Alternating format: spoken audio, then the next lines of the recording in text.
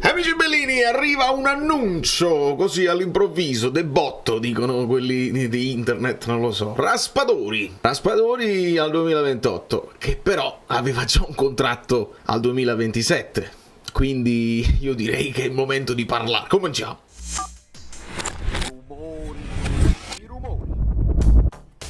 In primis dovreste dirmi se vi piace la nuova intro. Ho cercato di farla un po' più minimale, non si perde tempo con la mia musica. Qualcuno dirà, mi direte nei commenti, qualcuno dirà ma mi manca quella, perché è sempre difficile innovare e fare cose nuove senza far dispiacere qualcuno. Qualcuno invece la apprezzerà, perché magari qualcuno skippava. Non lo so, lasciate un like che secondo me è sempre buono per far muovere gli algoritmi. Allora, voglio dire, è difficile. Sto fissando la telecamera da ieri, perché voglio dire le cose giuste. Ieri non ce l'ho fatta a dirle, perché non c'era niente da dire ed era difficile, è difficile inventarsi delle cose. Possiamo fare le solite riflessioni, il discorso sul difensore e questa notizia di Raspadori. Noi ci spostiamo con un Abraham tattico e ne parliamo per analizzare un pochino che sta succedendo, perché Raspadori, andiamo a vedere bene. Questa era la situazione, insomma, a fine stagione dei contratti del Napoli con gli ingaggi.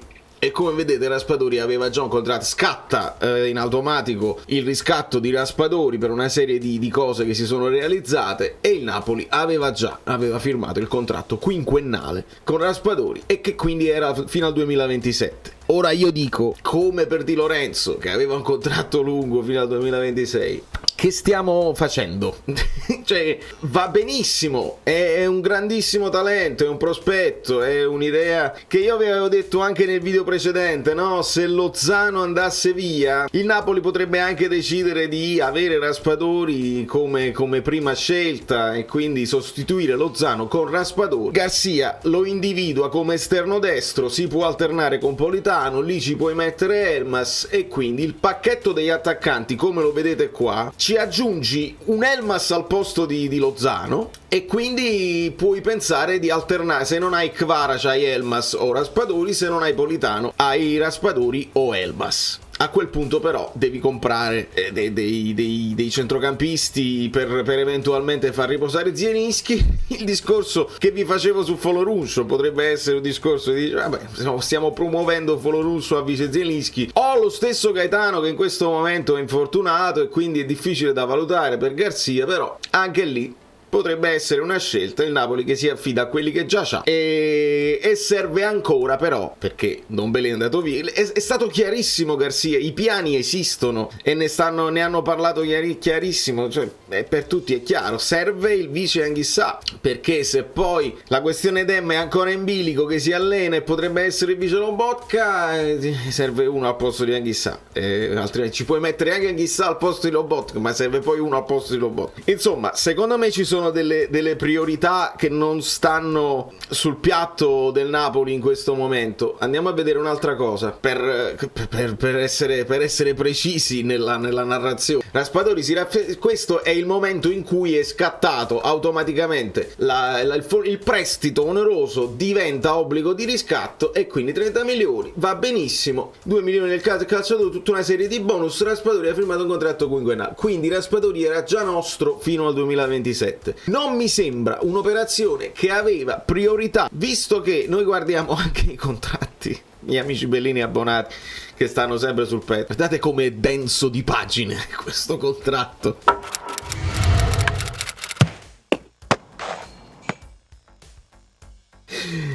Ci vuole il tempo che ci vuole, non è assolutamente facile. Meluso non sapere, cioè, tutte cose che fa, sembra che stia facendo ADL in prima persona. Noi il credito l'abbiamo dato e per coerenza dobbiamo portarlo avanti fino a fine mercato, perché alcune operazioni il Napoli le aveva fatte sullo scadere del mercato. Addirittura, se ricordate, Simeone, noi dovevamo giocare col Verona, arriva Simeone va in panchina col Verona o viene addirittura con noi, quindi nell'ultimissime fasi di mercato mercato il Napoli aveva piazzato gli ultimi colpi, ma quei colpi per me sono importanti da ricordare perché ti allungavano la panchina nella zona nevralgica del campo, insomma tra centrocampo e attacco, con l'arrivo di Ndombele, che poi non è andata bene, però l'idea c'era, no? Un'operazione alla Anghissà, che però non ha funzionato. Quindi tutte le operazioni che fa il Napoli sono anche ottime idee, ma devono sempre funzionare sul campo. Quella di Anghissà per esempio ha funzionato benissimo e quindi bravo Napoli, tutto a posto. Quella di Ndombele non ha funzionato benissimo, quindi lo devi sostituire e bisogna fare in fretta, altrimenti arrivi alla fine e hai meno opzioni. È successo l'anno scorso, quindi noi dobbiamo prendere l'anno scorso come esempio anche positivo di come alcune cose funzionano, ma dobbiamo prenderlo anche come esempio negativo di alcune cose che non funzionano. Ndombele non è che abbia funzionato, quindi quando tu ti prendi il rischio e ti stai prendendo il rischio di aspettare un po' troppo, potresti avere dei giocatori che semplicemente li puoi prendere perché sono fuori dai progetti delle altre squadre e quindi tu piazzi una scommessa che però puoi vincere o perdere. Quindi io voglio essere molto preciso, noi aspettiamo. Però io mi rendo conto che se guardo anche con un ambrabam screenshottico, ecco, se mi sposto da questa parte, un po' di perplessità, i tifosi la stanno manifestando. Poi ci sono i tuttaposter, che è evidente che bravissimo presidente, mamma mia, che grande acquisto! E ci sono quelli che invece poi subito vattene a 16 eccetera eccetera. Possiamo stare in mezzo un attimo e utilizzare una sorta di prudenza da un lato e dall'altro, perché si rischia di sbagliare in entrambi i casi. Si rischia di sbagliare in entrambi i casi e io non me la sento. Vedi, uno si aspetta Zielo o Osimhen, Meluso rinnova Raspadori, tra l'altro acquistato quest'anno. Vedi chi è Meluso? Merluso, vabbè, poi una serie di cose così, ma dov'è Meluso? Chi è Meluso? Che sta facendo Meluso? Vi lo ricordate quel meme del Napoli che diceva che c'era la ragazza a letto e chissà che cosa sta pensando, forse mi tradisce. Il ragazzo invece il suo unico pensiero è chissà Giuntoli che sta combinando, chissà Meluso che sta combinando. Voglio immaginare che tutti questi rinnovi, cioè rapporti già prestabiliti che il Napoli devi semplicemente prolungare, magari se li sta vedendo ADL e Meluso sarà in giro per il mondo a trovare il difensore, perché la priorità assoluta deve essere il difensore. E secondo me non dobbiamo aspettare. Oggi è 1° agosto e tutti fanno gli auguri al Napoli. Tra l'altro mi piace anche sottolineare che non ci siamo nemmeno con questa, perché il Napoli nasce nel 1905, non nel 1926. Se vogliamo ritornare alla questione del 1926, quando l'associazione Calcio Napoli nasce sotto la presidenza di Ascarelli, e dicono anche probabilmente sotto pressione del regime fascista dell'epoca che voleva italianizzare i nomi dei club, si passa all'associazione Calcio Napoli il 25 agosto, nemmeno il 1° agosto del 1926. Ma va bene così, noi facciamo gli auguri al Napoli. Il regalo che si è fatto il Napoli nel giorno del compleanno che tutti ritengono che sia adesso è il rinnovo di Raspadori. Va benissimo, però prima di parlare di quelli che sono i rinnovi un pochino più pressanti, che sono quelli più importanti, adesso ci fanno sapere che Calenda è tornato, sta facendo avanti e indietro da Castel di Sangro. Qualcuno dice c'è fiducia per il rinnovo, qualcuno dice c'è distanza per il rinnovo, qualcuno dice l'Alibaba hanno offerto, sono saliti a 140 milioni, gli offrono 1 milione a settimana ad Osimhen. Le notizie sono le più disparate e non le possiamo distinguere l'una dall'altra. Non sappiamo qual è la verità e non sappiamo se Osimhen effettivamente ci sta pensando o no. Noi vogliamo sperare fino alla fine che questi giocatori che sono tipo Mbappé, che sono nel meglio della loro carriera, vogliano rinunciare ai soldi incredibili per giocarsi le loro chance di diventare giocatori internazionali che si affermino nel piano internazionale, nel calcio che conta, che vogliamo considerare che sia ancora il calcio europeo. Mbappé sa che se resta in Europa può vincere palloni d'oro, anche perché può fare cose importanti con la sua nazionale. Osimhen con la sua nazionale è difficile che possa fare cose importantissime. Per vincere poi il pallone d'oro devi fare benissimo nel tuo campionato e devi avvicinarti almeno alla vittoria della Champions League. Questa cosa è l'ambizione di ogni giocatore che ritiene di essere il più forte nel suo ruolo. Se lui si rende conto che non è così, tu puoi andare un pochino in Arabia, ti fai una serie, un conto in banca dove praticamente puoi comprarti la Nigeria e puoi salvare la vita a tantissimi connazionali che stanno in condizioni difficili, sarebbe difficile per me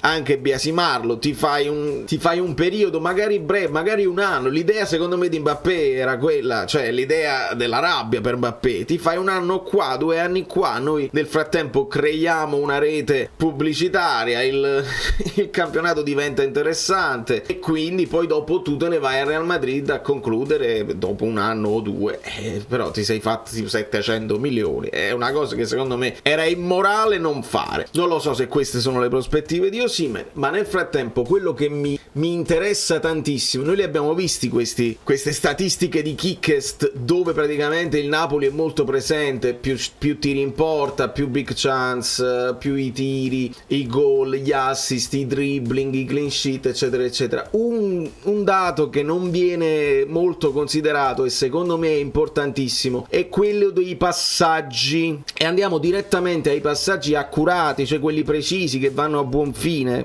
Ci clicco su e vedo tanti giocatori del Napoli e il primo è Kim Min-jae. Questo cosa vuol dire? Come per Osimhen noi non dobbiamo pensare solamente ai gol fatti, a quello che significa averlo in attacco, ma dobbiamo anche pensare a quello che significa averlo in difesa, perché nei calci d'angolo che subiamo Osimhen è il primo a saltare di testa e a toglierci le uova dal paniere. Kim Min-jae era il primo a creare il gioco del Napoli, perché le palle passavano tutte da lui e aveva un'impostazione pulita e veloce da dietro, dall'impostazione dal basso. 2548 passaggi riusciti non sono pochi. Dopo di lui abbiamo Lobotka con 400 passaggi in meno e sappiamo quanto è stato importante Lobotka. Poi c'è Anghissà, poi c'è Rachmani, poi c'è Di Lorenzo. Questo ti fa capire quanto è stato dominante il Napoli rispetto a tutte le altre squadre del campionato. Poi c'è Danilo, poi c'è Lukumi. Vatti a prendere Lukumi. Mi verrebbe da dire subito, si è parlato anche di Lukumi, vatti a prendere Lukumi, almeno ti garantisci uno che l'imposta e che si prende la palla dal portiere e imposta con grande facilità. Non è così semplice l'equazione. Il Napoli deve trovare anche un giocatore che sia veloce come Kim, bravo di testa come Kim, concentrato nella marcatura come Kim, senza fronzoli come Kim. Non è facile da trovare. Ecco perché non posso essere troppo arrabbiato col Napoli se non si chiude subito. Contemporaneamente non voglio che il Napoli aspetti troppo e i profili diventano meno, ci sono meno profili disponibili, ci sono dei rinnovi che avvengono, altri giocatori vengono piazzati, e quindi quello che mi è sembrato è che l'anno scorso, quando si era finito con Koulibaly, Kim era già pronto, e ricordate che c'era il Ren sta pagando la clausola. No, il Napoli l'ha pagata la clausola, gli ha messo la clausola e ha messo subito tutto a posto in una decina di giorni. Adesso siamo al 1° agosto e il difensore ancora non c'è, si sono fatti tanti nomi, non lo so se il Napoli effettivamente è stato interessato a questi nomi, ha ricevuto dei no dai giocatori, ha ricevuto dei no dalle squadre, non lo sappiamo. Possiamo fare delle ipotesi, ma non lo sappiamo. La verità è che adesso mancano 18 giorni all'inizio del campionato e se nel finale, perché Kim e Kvara erano già stati presi, quindi l'11 titolare del Napoli era già pronto. Nel finale del mercato il Napoli mette a posto la panchina e crea i presupposti, perché poi sono andati tutti bene, crea i presupposti per il campionato che abbiamo fatto, perché Osimhen è venuto meno, c'hai Raspadori, c'hai Simeone e hai fatto molto bene. Ora che tu mi rinnovi Di Lorenzo, che mi rinnovi Raspadori, non era una priorità, adesso hai questa priorità. Uno sfizio che dobbiamo vedere: nell'anno precedente, e qua dovete indovinare, poi adesso ve lo dico, qual è stato il giocatore che ha avuto la più grande percentuale, perché poi devi vedere anche la percentuale, che tu dici la percentuale rispetto ai passaggi fa, è sempre Kim Min-jae, ragazzi, è sempre Kim. È chiaro, se vedi i portieri, anche quelli che hanno giocato poco, c'è Demme con grande percentuale, poi c'è Lobotka con 94,1, ma c'è sempre Kim. Rachmani 91,4, Kim Min-jae 91. Quindi per il volume dei passaggi fatti Kim Min-jae ne sbagliava pochissimi. 2 anni fa chi era il giocatore del Napoli con questa statistica alla grande? Pensateci. Il quarto, lo vedete già lì.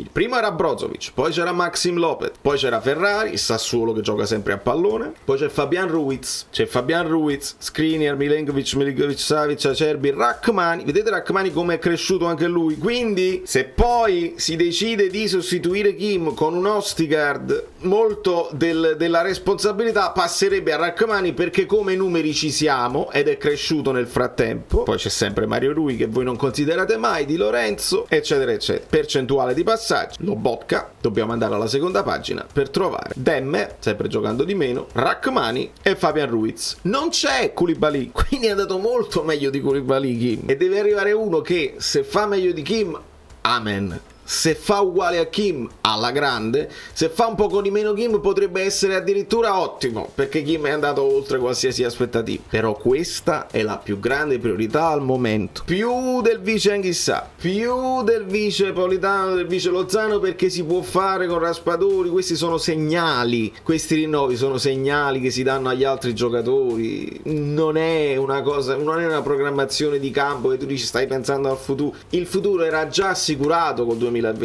Questi sono segnali che si danno a Lozano e alle altre situazioni dove il Napoli si trova in frizione, che non vuole rinnovare o non vuole abbassarsi l'ingaggio giocatore o non trova la squadra. Per Lozano si continua a parlare dei Los Angeles. Se i Los Angeles ti offrono 10 e tu ne vuoi 15 o ne vuoi 20, si chiude a 12 e Lozano viene liberato. Anche perché è tutta plusvalenza. Lozano sta da noi da un sacco di tempo, è stato ammortizzato, come lo volete dire, tranquillamente. Quindi secondo me, non ho fatto i calcoli, ma bastano un paio di milioni per fare plusvalenza con Lozano. Quindi il tira e molla tra i 10 e i 15 lascia veramente il tempo che trova. Lozano come viene sostituito? Non fate nomi incredibili di grandi esterni destri, perché secondo me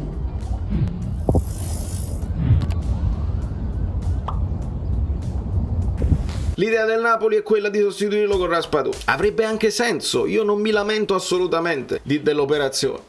Va bene per me dare più spazio ad Elmas, va bene dare più spazio a Politano, sono giovani, sono talentuosi e li devi anche utilizzare di più. Va benissimo, non bene, benissimo. Difensore, facciamo conto che in porta non si muove niente, facciamo conto che le altre situazioni sono risolte con Zanoli, vice Di Lorenzo, non mi preoccupa.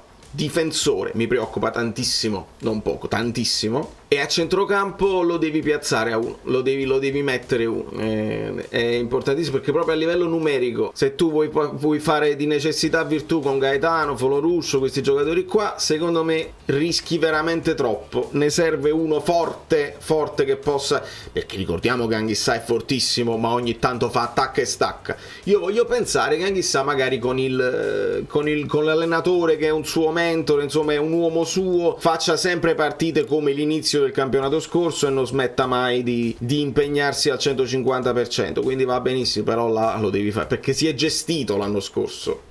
Si è gestito Anghissà, sapeva di non avere nessuno alle sue spalle. Non mi ammazzo, tanto con la Serie A sono dominante lo stesso. Queste sono le perplessità, ragazzi. Non tiriamo le somme troppo presto, ma non diciamo automaticamente che tutto quello che sta facendo il presidente va benissimo ed è visionario. In questo momento quello che sta facendo il presidente sono operazioni di bilancio. Anche questo rinnovo di Raspadori è per spalmare meglio l'ammortamento, sono tutte operazioni di bilancio, che va benissimo, perché il Napoli deve sempre essere florido e sempre con le casse a posto, e va benissimo, ma non sono operazioni di campo. Quindi Garcia in questo momento è chiamato a fare un lavoro non facile per mettere la squadra in condizione di difendere lo scudetto, perché questa è la grandissima novità. Il Napoli detentrice dello scudetto, ed è importante che con lo scudetto si faccia un campionato dignitoso. Il pericolo di fare gli errori del Milan l'anno scorso,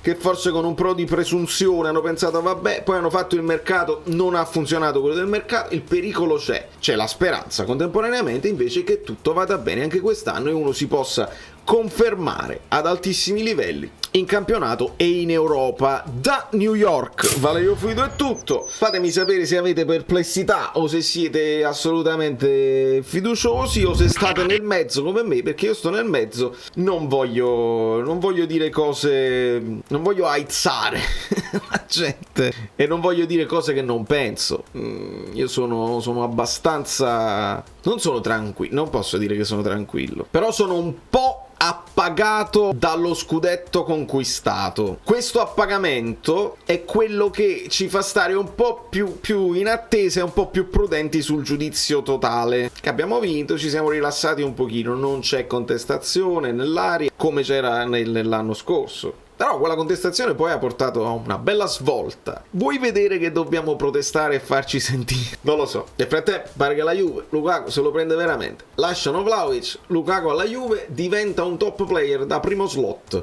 per il fantacalcio. Da New York, l'ho detto, vabbè, lo sapete, vai.